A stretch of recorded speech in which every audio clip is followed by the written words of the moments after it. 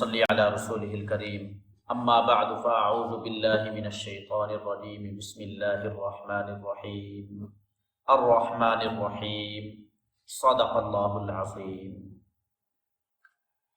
آج ہم سورۃ الفاتحہ کی دوسری آیت کا ترجمہ اور تفسیر بیان کر رہے ہیں۔ الرحمن بہت مہربان، الرحیم نہایت ہی رحم کرنے والا۔ الرحمن اس آیت کے اندر دو چیزیں بیان کی گئی ہیں، اللہ رب العزت کی دو صفات بیان کی گئی ہیں، رحمان اور رحیم۔ مفسرین کرام اس کی تفسیر کرتے ہیں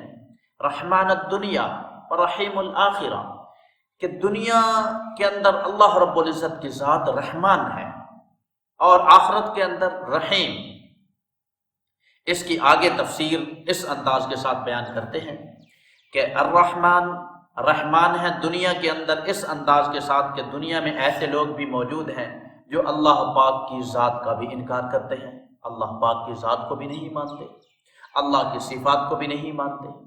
اور ایسے لوگ بھی ہیں جو اللہ کے تمام رسولوں کا انکار کرنے والے ہیں، اللہ کی کتاب کا انکار کرنے والے ہیں، اللہ رب العزت کے احکامات کا انکار کرنے والے ہیں۔ تو اللہ رب العزت کی ذات ان کو بھی دنیا کے اندر روزی بھی پہنچا رہی ہے اور ان کے گناہوں کی سبب ان کی پکڑ نہیں کر رہی۔ ہر ایک کو، جہاں کافر کو بھی رزق مل رہا ہے، کافر کی بھی ضروریات پوری ہو رہی ہیں، مسلمان کی بھی ضروریات پوری ہو رہی ہیں، مسلمانوں میں بھی نیک بھی ہیں اور بد کردار بھی ہیں، فاسق فاجر بھی ہیں۔ اب فاسق فاجر لوگوں کو بھی اللہ رب العزت کی ذات دے رہی ہے اور جو نیک لوگ ہیں ان کو بھی دے رہی ہے۔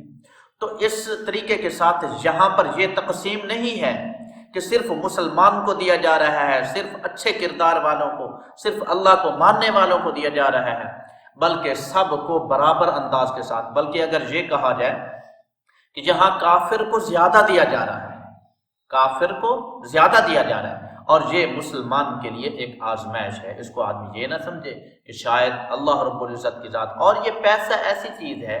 مال و دولت دنیا ایک ایسی چیز ہے کہ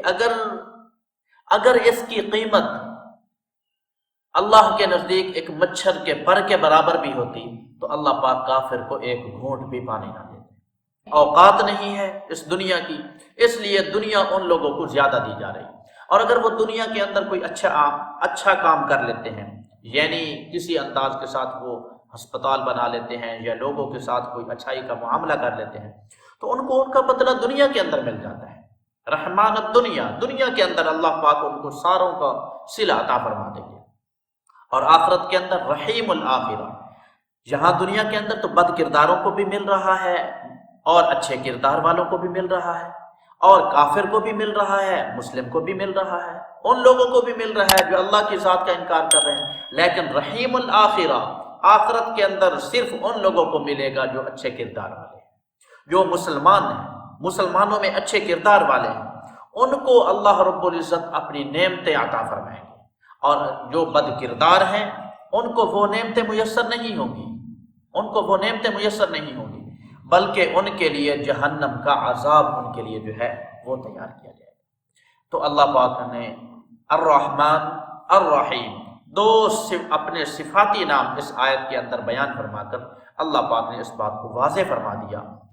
کہ دنیا کے اندر رحمان ہوں اور آخرت کے اندر رحیم ہوں۔ آخرت کے اندر الگ کر دوں گا، غیر مسلموں کو الگ کر دوں گا، منافقوں کو الگ کر دوں گا، مشرکوں کو الگ کر دوں گا، بد کرداروں کو الگ کر دوں گا۔ وہاں صرف اچھے لوگوں کو،